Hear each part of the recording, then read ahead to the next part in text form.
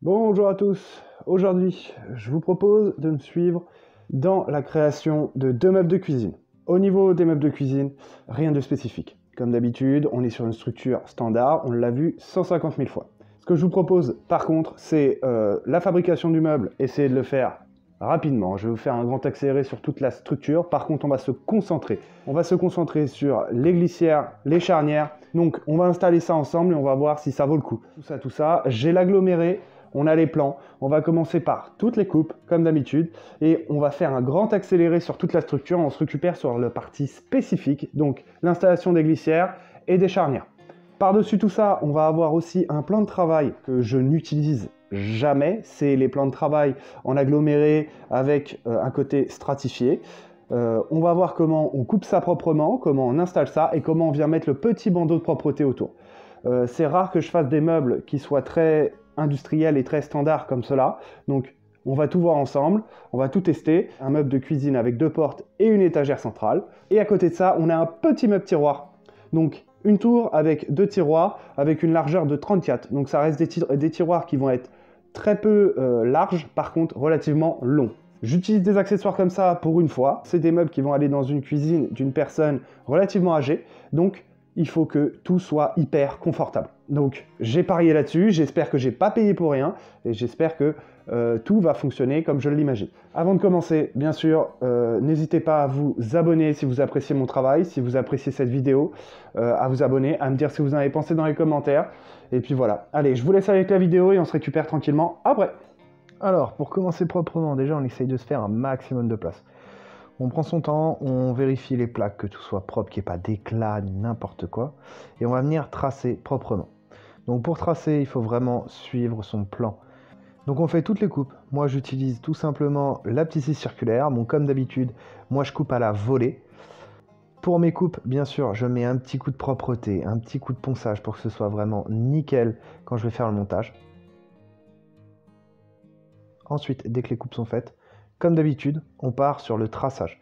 Le traçage est une partie hyper importante du travail de meuble.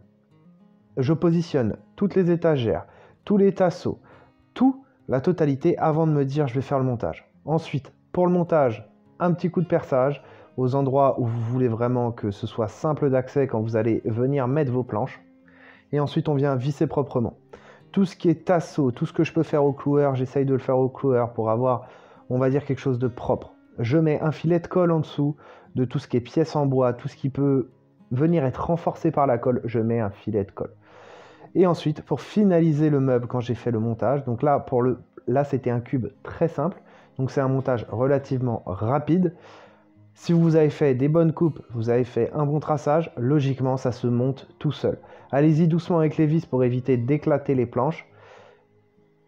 Et ensuite, dès que vous avez monté votre structure, on va partir sur le piétement. Le piétement, j'ai fait un piétement de 10, rien de plus simple aussi. J'ai coupé du 10 en aggloméré. Je suis venu positionner des petits tasseaux pour venir, on va dire, supporter tout ça. Et j'ai finalisé avec un petit peu de colle et des clous. Rien de compliqué. Bien sûr, c'est des meubles qui sont très simples, donc là je vais relativement vite dans mes explications.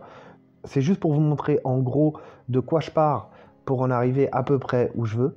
Surtout, ce qui est important par rapport à tout ça, c'est si vous avez besoin de plus de renseignements, n'importe quoi, n'hésitez pas à aller voir sur la chaîne. Il y a plein de vidéos qui travaillent un petit peu plus sur ce côté de montage de meubles, de coupe, et on monte des meubles ensemble.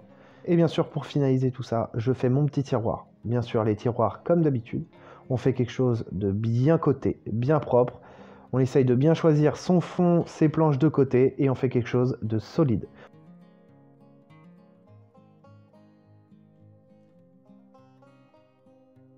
Les blocs sont terminés. Donc comme vous avez pu le voir, c'est des blocs tout simples. On a un piétement avec une tour à deux tiroirs. Un piétement ici, comme vous avez pu le voir, le montage proprement, et un bloc où il va y avoir deux portes avec les charnières fortes. Donc ce que je vous conseille, c'est de faire des structures qui sont le plus propre possible, le plus à 90 et parallèle possible. Essayez d'avoir quelque chose de très propre pour que quand vous veniez installer vos accessoires, que ce soit simple. Moi j'ai fait mes petits tiroirs. J'ai pris mes dimensions. Ce qu'il faut savoir, c'est que j'ai regardé donc dans les charnières, il n'y a aucune notice d'installation, déjà. Donc, pour déterminer la dimension qu'il fallait, je ne me suis pas pris la tête, je les ai collés à droite et à gauche. Et je suis venu prendre la dimension entre les deux. Essayez de laisser le moins de jeu possible, essayez d'avoir un truc serré, mais pas trop. Voilà, essayez de rester équilibré. Voilà. Donc, j'ai créé mes blocs. Je vais vous montrer ça. Donc ça, c'est le bloc du haut. Le bloc du bas. Donc, comme vous pouvez le voir, c'est des tiroirs qui sont assez gros, assez lourds. Ces charnières-là, donc je vous l'ai dit au début, c'est quelque chose que je n'utilise pratiquement pas. Moi, pour les glissières, ce que je fais habituellement, je fais du bois contre bois, juste avec du savon, simple, pour que ça coûte le moins cher possible. Plus il y a d'accessoires, plus le meuble va coûter cher, c'est normal. Là, j'utilise ces glissières-là, tout simplement parce que c'est une personne qui m'a demandé ça, et c'est une personne qui est âgée, qui veut des choses qui soient le plus confortable possible et le plus facile possible. Donc ça, c'est vendu pour que ce soit simple. C'est des glissières qui sont vendues en tant que glissières frein, qui peuvent tenir jusque 40 kg dans le tiroir. Donc c'est quand même du matos qui est vendu pour que ce soit simple d'utilisation et que ce soit vraiment confortable.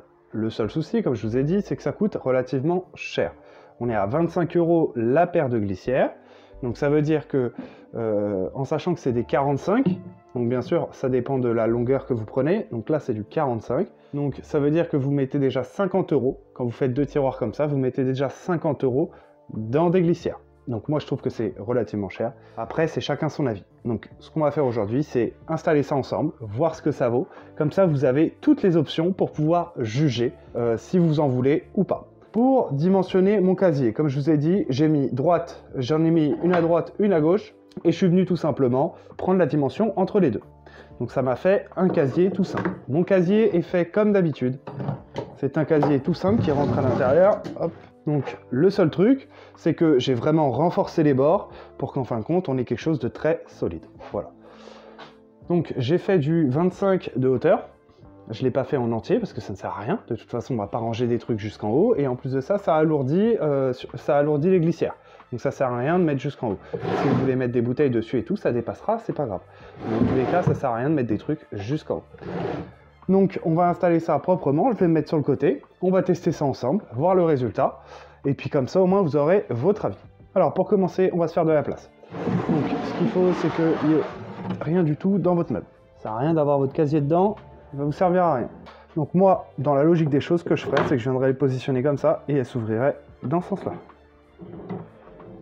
Voilà. Donc on va venir les positionner avec des cales à un certain niveau. Et puis voilà. Déjà on va les positionner comme ça et on va voir. Donc je vais prendre une cale. Donc voilà, j'ai pris une cale qui fait toute la longueur. Là on est sur une épaisseur de 5 cm. Hein. Hop. On va venir mettre ça ici. Tac. Et ensuite on va venir positionner ça ici. Alors, d'après ce que je comprends, il va falloir l'ouvrir en entier et venir mettre des vis à l'intérieur. Donc ce qu'on va faire, c'est venir à positionner proprement comme ça, en sachant de bien vérifier et de voir jusqu'à où elle se range. Donc elle se range vraiment jusqu'au bout et le frein se fait vraiment à la fin, quoi. Donc il faut bien que votre casier rentre au moins jusque là. S'il ne rentre pas assez, si vous le mettez trop comme ça, déjà, elle ne va pas se fermer entièrement. Donc venez vraiment vous mettre à ras, proprement. C'est pour ça que c'est mieux d'avoir une cale. Vous auriez fait ça à la volée, ça aurait été plus compliqué. Donc là, je vais l'ouvrir en entier et venir tracer quelques points. Voilà. En toute façon, là, je vais juste poser ça comme ça et ensuite renforcer. Donc dans la glissière, là, quand je l'ouvre, j'ai un orifice ici qui me permet de pouvoir accéder à l'autre trou devant. Donc quand je vais retirer, ça va me permettre de pré-percer pour avoir plus de facilité à visser. Je vais pré-percer proprement, préparer mes vis et on va fixer ça ensemble. Maintenant, il ne reste plus qu'à visser. Il fournit ces petites vis, donc on va utiliser celle-là, comme ça on suit la logique. Donc voilà, vous vissez doucement pour avoir un bon serrage et avoir quelque chose de solide.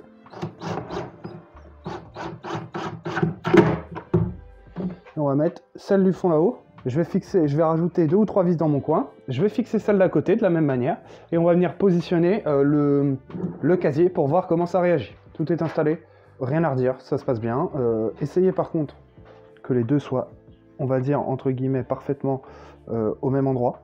Parce que sinon vous allez en avoir une qui va rentrer dans son côté frein et l'autre qui va pas suivre, vous allez avoir un petit décalage. Essayez que ce soit bien propre. Deuxièmement, quand vous allez l'ouvrir, appuyez un petit peu dessus. Voilà. Ce qu'il faut, c'est pas qu'il y ait de jeu. S'il y a un jeu sur votre serrage, il faut revoir votre serrage, rajouter peut-être des vis, ou peut-être parce que vous vissez pas de la bonne manière, parce que vous avez pas vous y allez peut-être trop vite et ça n'a pas le temps de bien prendre. Les deux sont installés, on va venir mettre le casier proprement et on va voir comment ça s'installe. Je vais venir installer 2 cales que je retirerai après. Comme ça, j'ai pas besoin de me prendre la tête à essayer de le mettre au voilà. Ma cale est fait 1 cm, elle est posée et je la retirerai après. Donc, pour fixer le tiroir, ce qu'il faut, c'est déjà sortir ça. Hop. Venir glisser, venir mettre ça là proprement, en croisant les doigts que ça rentre bien. Donc ce qu'il faut, c'est que, en gros, votre pointe, donc on va fixer ici, et ensuite, comme je vous ai dit, essayez de vous mettre bien symétrique, que ce soit bien propre. Et ensuite, on va fixer un petit peu plus loin, et encore un petit peu plus loin. Comme ça, on aura quelque chose de propre. Alors, j'ai peut-être un petit peu trop serré mon bordel. Donc, j'ai coupé la caméra parce que j'ai un peu galéré. J'avais un jeu qui était pas assez grand. J'ai dû poncer un petit peu, j'ai dû grignoter 1 ou 2 mm de chaque côté pour vraiment que ça puisse glisser. Bon, ça s'installe bien, hein, tout simplement. Vous avez juste, pour pouvoir installer votre casier, déjà essayé de prévoir un jeu plus grand que celui que j'ai utilisé. Et on a juste 2 vis qui se mettent ici et ici. Voilà, ça s'installe bien. Je dis pas le contraire, mais en tout cas, voilà, je trouve que c'est un peu... Il faut vraiment être précis dans son jeu, il faut être précis dans comment vous l'installez, et logiquement, ça se passe bien. Si ça se passe pas bien, vous retouchez et vous réessayez jusqu'à temps que vous avez le résultat escompté. Donc pour le deuxième, c'est la même façon. Donc c'est en haut ici, donc je vais mettre mes glissières à droite et à gauche. Je vais faire la même chose, et puis je vais installer mon petit casier. Donc je vais installer ça dans mon coin, et ensuite, on va s'attaquer tranquillement au placard qui est là. Allez, c'est parti. J'ai installé mes petites façades, donc ça fait propre. Et quand la façade est installée, que tout est bien installé, propre. En vrai, les charnières font le travail. En vrai de vrai. Voilà. Bon, on fera un point de toute façon à la fin, mais voilà. Les deux sont installés. C'est nickel, la finition est propre. On va s'attaquer aux petites portes. Donc les portes, elles sont là. Donc on est toujours sur de la planche en aglo, je les ai débitées à la bonne taille. Déjà, la première chose que vous devez faire, c'est prendre vos planches, les mettre en place. Voilà, vous les mettez côte à côte, juste sur la façade pour voir déjà s'ils vont. Si vous êtes bon à quelques millimètres, on peut attaquer le montage. Donc là, on va faire un truc qu'on a déjà fait sur la chaîne, mais bon, ça fait du bien de le rappeler. Donc les charnières. Donc là, on est quand même sur de la bonne charnière. On est sur de la charnière qui va faire frein, donc c'est une charnière qui va, à la fin que la porte va venir tout doucement se refermer pour éviter que la porte claque. Donc ça, c'est des charnières qu'on a déjà utilisées sur la chaîne. On va faire un petit point là-dessus. Donc ces charnières-là, j'aime bien les utiliser quand je travaille sur de l'aglo comme ça. À l'intérieur des paquets comme ça, quand vous achetez, pas une bonne marque, mais une marque n'importe laquelle, on va vous donner une petite cale comme ça. Cette cale-là, elle va vous permettre de positionner vos charnières. Je vais vous montrer ça juste après. Déjà, il faut choisir face avant, face arrière, tout ça, vous le déterminez tranquillement. Ensuite, on prend notre charnière. On va déjà venir déterminer le diamètre qu'il va nous falloir pour la mèche. Donc là, je sais que c'est du 37. Donc soit vous l'avez sur l'étiquette directement, soit vous allez regarder la description de votre achat. Mais voilà, quand on fait comme ça, on est autour des 37. Donc c'est une mèche de 37 qu'on va utiliser, tout simplement. Et donc, quand vous avez la petite cale comme ça, donc la marque, on s'en fout, mais voilà, vous avez 37 mm. Donc c'est ce côté-là que vous allez devoir utiliser. L'autre côté ici, c'est pour d'autres charnières. Ça va être des charnières d'une autre option. Mais nous, on va utiliser celle-là en 37 mm. Votre cale est faite pour venir se poser le long de votre planche et venir vous dire où placer votre axe. Vous allez avoir le placement de l'axe et vous allez avoir le placement des vis, mais ça c'est pour autre chose. Moi je n'utilise pas le placement des vis, j'utilise juste le placement de l'axe. Donc si vous n'avez pas ça, vous le faites à la main, hein, vous le faites manuellement, il n'y a aucun problème. Mais en gros, vous prenez ça, vous déterminez où est-ce que vous voulez votre charnière. Donc moi je vais la mettre par exemple à 10, voilà. Donc on vient se poser, je vais vous descendre un peu, hop. On vient se poser, on va se mettre sur notre petit trait, hop, et quand on est sur notre petit trait, on vient tout simplement pointer. Donc après vous pouvez faire un trait, vous pouvez faire ce que vous voulez, tant que c'est pointé, voilà, là j'ai mon axe. Donc je vais venir percer ici. Donc il faut faire ça sur toute sa planche, donc moi je pose 4 charnières, je pose 2 charnières par porte, donc je vais faire ça sur mes deux charnières. Et ensuite vous pouvez venir vérifier, au cas où, vous venez positionner votre petite pointe sur la croix que vous avez fait, et vous venez vérifier. Et il faut qu'il reste de la matière ici. S'il reste de la matière ici, c'est que vous n'êtes pas trop mal. Ensuite, on va venir percer proprement. Donc là, il faut bien se positionner et essayer de ne pas se rater. Parce que si vous cassez la bordure qui est là, ça va se voir et ça va faire très moche. Donc on vient vraiment faire un perçage propre. On y va doucement, on attend que ça rentre bien dans le bois. Voilà. On peut soulever pour vérifier qu'on soit bien dans l'axe. Voilà, ma pointe elle est propre, elle est bien dedans. Donc hop, on finalise. Voilà, on a quelque chose de propre. On regarde si ça rentre bien et on est nickel. Il n'y a rien de plus simple. Ensuite, on se place. Ce qu'il faut, c'est réussir à être perpendiculaire à votre planche, bien propre. Ensuite, on vient pointer, hop, hop, et on vient positionner nos vis proprement. Donc moi, je vais installer mes charnières partout et je vous récupère après pour l'installation proprement. Maintenant, on va se faire l'installation de la porte. Moi, ce que je fais, je mets de la cale. Je mets de la cale en gros jusqu'à peu près le bord de mon... Voilà, jusqu'à où je veux la porte, tout simplement. Et ensuite, on va venir positionner la porte, prévoir un bon crayon. Et on va juste venir, hop, mettre l'angle le long. Tac. Venir la coller. Pour les vis, essayez de vous mettre dans ceux qui sont là. Parce que ça vous permet de vous régler après. Donc, vous vous mettez là proprement. Et on fixe.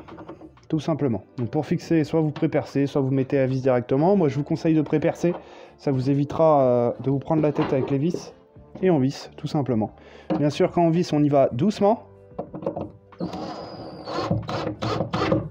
Voilà. Ça sert à rien d'y aller comme des fous. Quand votre porte est posée, logiquement, elle doit s'ouvrir et se fermer proprement. Donc là, on peut voir le frein. Vous retirez les cales qui sont en dessous. Il n'y a rien qui doit buter. Si ça bute, ce sera à régler tranquillement avec le réglage après. Là, on peut voir le frein qui se ferme proprement. Voilà. Donc, je vais installer la deuxième et ensuite on fait les réglages ensemble. Le but du jeu, c'est que vous refermiez vos portes proprement. Déjà, comme je vous ai dit, il faut qu'il n'y ait rien qui tape ni à droite ni à gauche, que ça se ferme proprement tout seul. Et ensuite, vous regardez. Donc, là, on peut voir, j'ai un petit jeu ici. Donc, je vais devoir la réorienter un petit peu vers le bas, peut-être elle un petit peu vers le haut. En bas, donc c'est bien ça, donc c'est elle qu'il faut qu'il redescende un petit peu, voilà. Et ensuite, on peut voir que là, bien sûr, j'ai un petit peu trop de longueur, parce que j'avais pris un petit peu plus long pour la sécurité, mais ça va se régler tranquillement avec le réglage, ou sinon un petit coup de ponceuse pour que ça puisse se fermer proprement. Voilà. Donc pour le réglage, après, vous trifouillez dans votre coin, bien sûr. Donc là, il y a deux vis de réglage, donc ça, c'est au niveau... Donc celle du fond, ce sera au niveau de la profondeur, et celle-là, c'est pour soit la reculer ou l'avancer par rapport à l'orientation. Donc après, vous trifouillez dans votre coin, vous faites votre petit truc petit à petit, et logiquement, ça se règle facilement. Après, si vous avez 3 cm de débord ici qui revient sur la porte, c'est sûr que ça ne marchera pas. Il faut que vous ayez vraiment juste un tout petit peu à régler pour y arriver. Mais en tout cas, voilà, ces charnières-là s'installent très facilement. Et dès que vous avez fini et que tout votre réglage est bon, vous serrez bien toutes les vis et bien sûr vous mettez les dernières vis à droite à gauche et voilà, ça se passe très bien. Dernière petite étape de cette vidéo, on va voir ensemble comment couper proprement un plan de travail en aggloméré comme ça avec le côté stratifié, et ensuite on va voir comment on colle les rebords, donc ce qu'ils vendent, pour pouvoir cacher les coupes. Donc ça, on va voir comment coller ça proprement et écrit avec un fer à repasser et tout. À mon avis, on va s'amuser. Pour la découpe, déjà, il faut vos dimensions au plus précis. Et ensuite, on trace proprement. Donc, moi, je vais couper à la scie circulaire. Après, ça, c'est à votre bon vouloir. Évitez d'attaquer un plan de travail à la scie sauteuse, vous n'allez jamais vous en sortir. Une bonne scie circulaire avec une lame petit débit, donc avec une lame de propreté, avec beaucoup de dents, pour éviter les gros éclats. Et ensuite, pour vraiment être nickel, avant de commencer à couper, on vient mettre un bout de scotch vraiment sur la partie où on ne veut pas qu'elle éclate. Donc on va faire ça tranquillement et vous allez voir le résultat, vous allez me dire ce que vous en pensez. Quand vous déballez le plastique, faites attention si vous utilisez un cutter ou n'importe quoi, faites gaffe. C'est quelque chose qui coûte cher. Un plan de travail comme ça, là en 2 mètres par 64 par 4 d'épaisseur, c'est 4, c'est 38, hein. Ouais, c'est 38 par 38 d'épaisseur, on est à 94 €. Donc c'est une somme, il faut essayer de travailler proprement, parce que c'est pareil, ça quand c'est rayé, c'est infernal, hein, c'est mort. Donc moi je vais tranquillement faire déjà le plan de travail pour le compartiment à tiroir. Donc on part tranquillement sur un plan de travail qui va faire 34, donc on vient tracer proprement, tac, tac. Et on vient tracer tout ça à angle à 90. On vérifie bien les angles, parce qu'on n'aura pas 50 000 choix. Donc on vérifie bien les angles, on se met proprement, hop, et on vient tracer. La lame doit passer ici. Donc bien sûr, avant de continuer, on vérifie. Donc là, moi, je suis bien à 34. Je vais venir placer une règle pour venir m'appuyer avec la scie circulaire et venir couper proprement. Ce qu'il faut, c'est que sur une coupe comme ça, vous n'ayez rien à penser à part votre coupe. Donc ce qu'il faut, c'est déjà tout bloquer, bloquer votre pièce, que tout soit propre. Et en plus de ça, se dire, ma scie est guidée par quelque chose. Comme ça, vous vous concentrez que sur la coupe, vous vous concentrez ni sur la machine, ni sur la mesure. Vous avez tout qui est prêt. Donc on va bien placer tout comme il se doit et on va venir mettre la règle proprement. On va venir mettre la petite règle ici. Quand on vient prendre ma machine, je sais que ma lame, elle vient couper ici. Donc ça, c'est mon trait de scie. Donc vous prenez la distance entre ici et le rebord et vous avez l'espace que vous devez mettre entre votre trait et votre règle. Donc moi, c'est 3,5. Donc ça veut dire que je vais venir tracer 3,5 ici et ça va me permettre de couper proprement au niveau du scie. Après, vous pouvez venir le faire à la volée, hein, comme je fais sur toutes les autres coupes. C'est à vos risques et périls, parce qu'on est quand même sur une grosse épaisseur. Donc pour vraiment que ça coupe bien propre, vaut mieux utiliser une butée. Voilà. Quand votre règle est mise en place, vous avez votre tracé là. Et donc moi, ce que je vous conseille de faire, c'est de venir placer un bout de scotch sur votre trait. Si vous voulez en mettre 2, si vous voulez en mettre 3, vous en mettez le nombre que vous voulez. Le but du jeu, c'est d'avoir une face qui est bien protégée. En fin de compte, ce qui va se passer, c'est que les dents d'une scie circulaire remontent. Donc ça veut dire que ça tourne dans ce sens-là, et les dents vont venir remonter la matière comme ça. Donc quand elle va sortir, la lame elle va faire un éclat. Mais si vous avez un morceau de scotch, en fin de compte, la dernière surface, c'est pas votre plaque d'agglo, c'est votre scotch. Donc en fin de compte, ça permet de tenir le fond quand la lame va sortir, tout simplement. Donc on vient positionner proprement notre bout de scotch, essayez qu'il n'y ait pas de poussière ni rien, essayez d'avoir quelque chose qui est bien appuyé dessus. Et donc si vous voulez aussi protéger votre plan de travail quand votre scie circulaire va avancer, hop, vous en mettez un, comme ça elle ne s'appuiera pas sur le plan de travail. Voilà. Et comme ça vous avez un plan de travail qui est propre, bien protégé, et logiquement ça va se couper tout seul. Donc là il y a deux possibilités, soit ça se passe bien, parce que c'est quand même une technique que j'ai pratiquée, donc je sais que logiquement ça va bien se passer, ou soit ça va mal se passer et ça va faire des éclats. Je vais vous mettre une certaine position où vous allez pouvoir voir tout ça, et je vais couper tranquillement. Allez, c'est parti.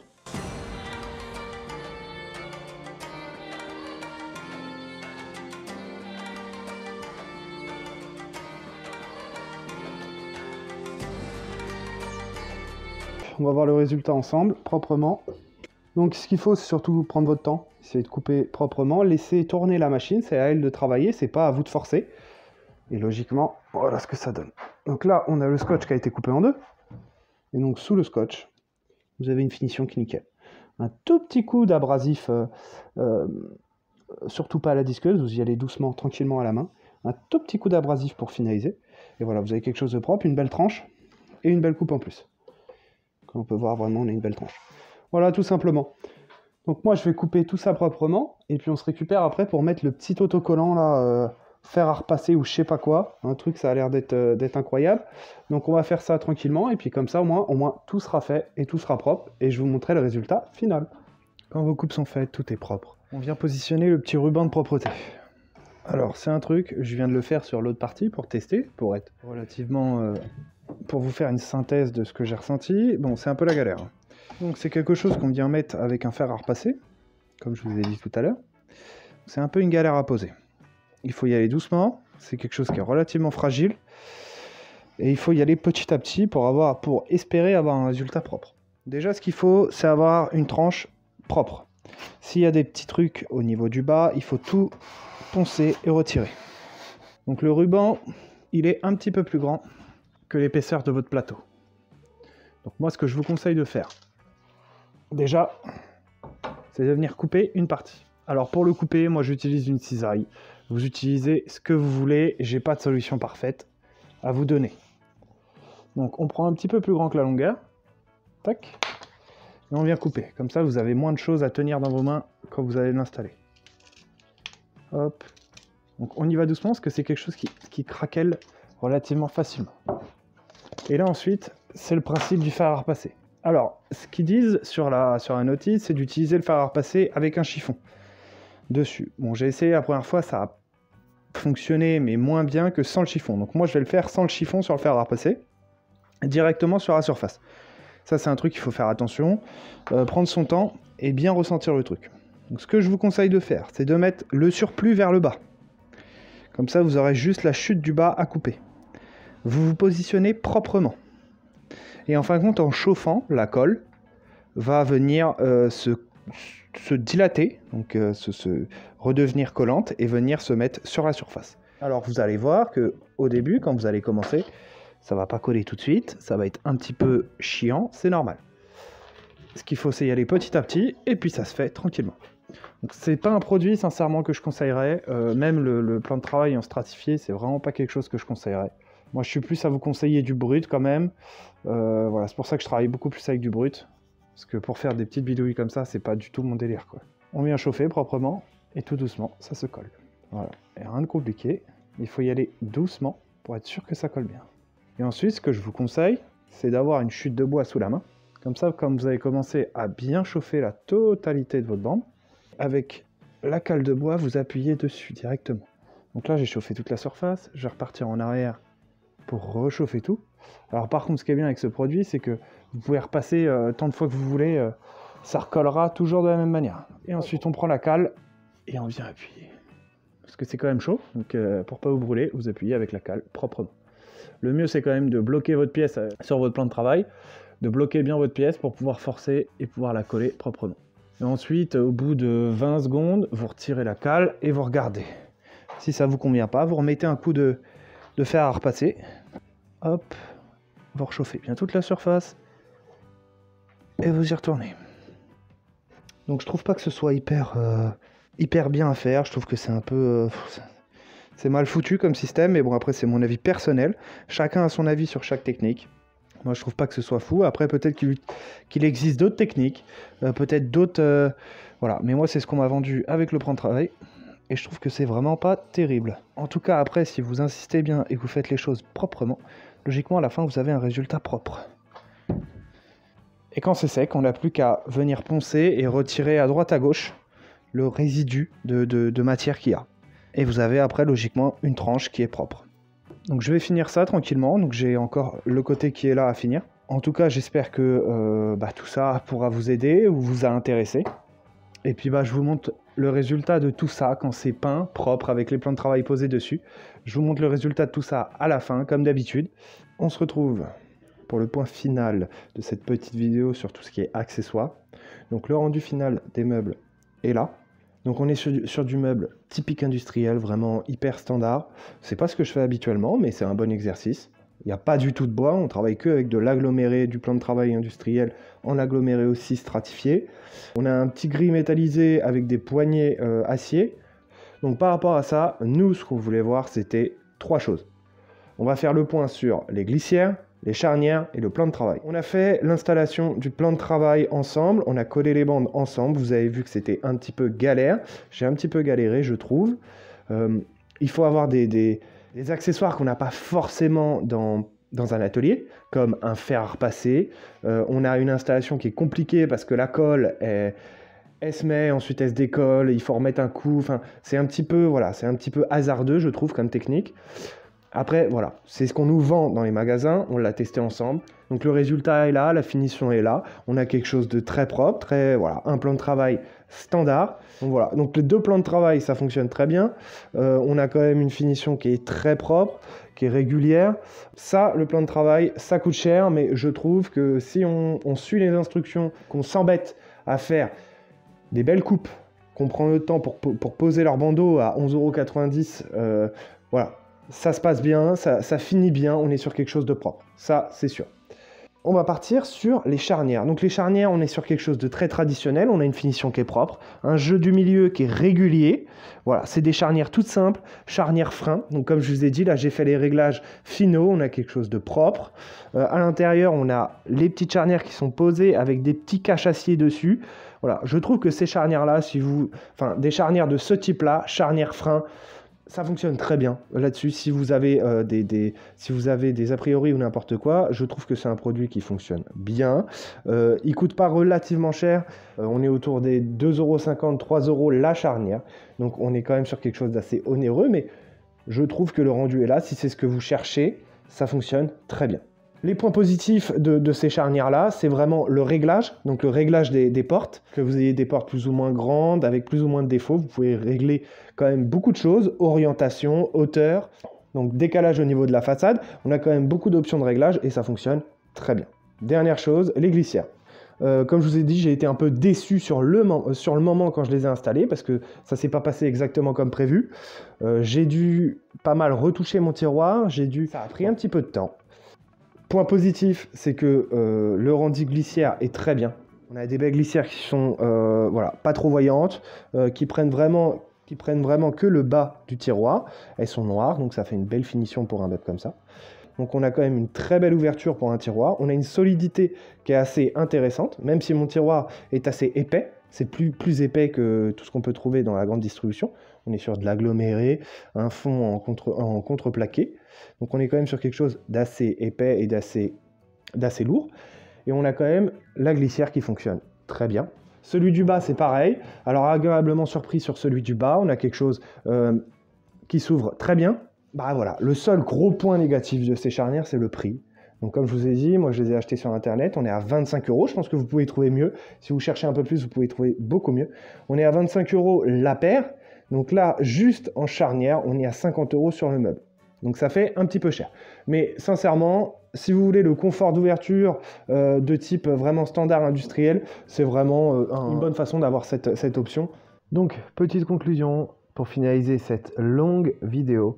Donc on est à une vidéo de plus de 30 minutes, donc si vous êtes arrivé jusqu'au bout, je vous en remercie, ça fait extrêmement plaisir. Voilà, c'était une vidéo qui changeait un petit peu, j'avais des nouvelles techniques à tester, un meuble qui changeait d'habitude, enfin 2 meubles qui changeaient d'habitude. Donc voilà, je voulais vous partager tout ça, qu'on fasse ça ensemble, les points positifs, négatifs de certains produits qu'on peut nous vendre pour la fabrication de meubles. Donc voilà, j'espère que ça vous a plu, et puis on se dit à la semaine prochaine pour une nouvelle vidéo.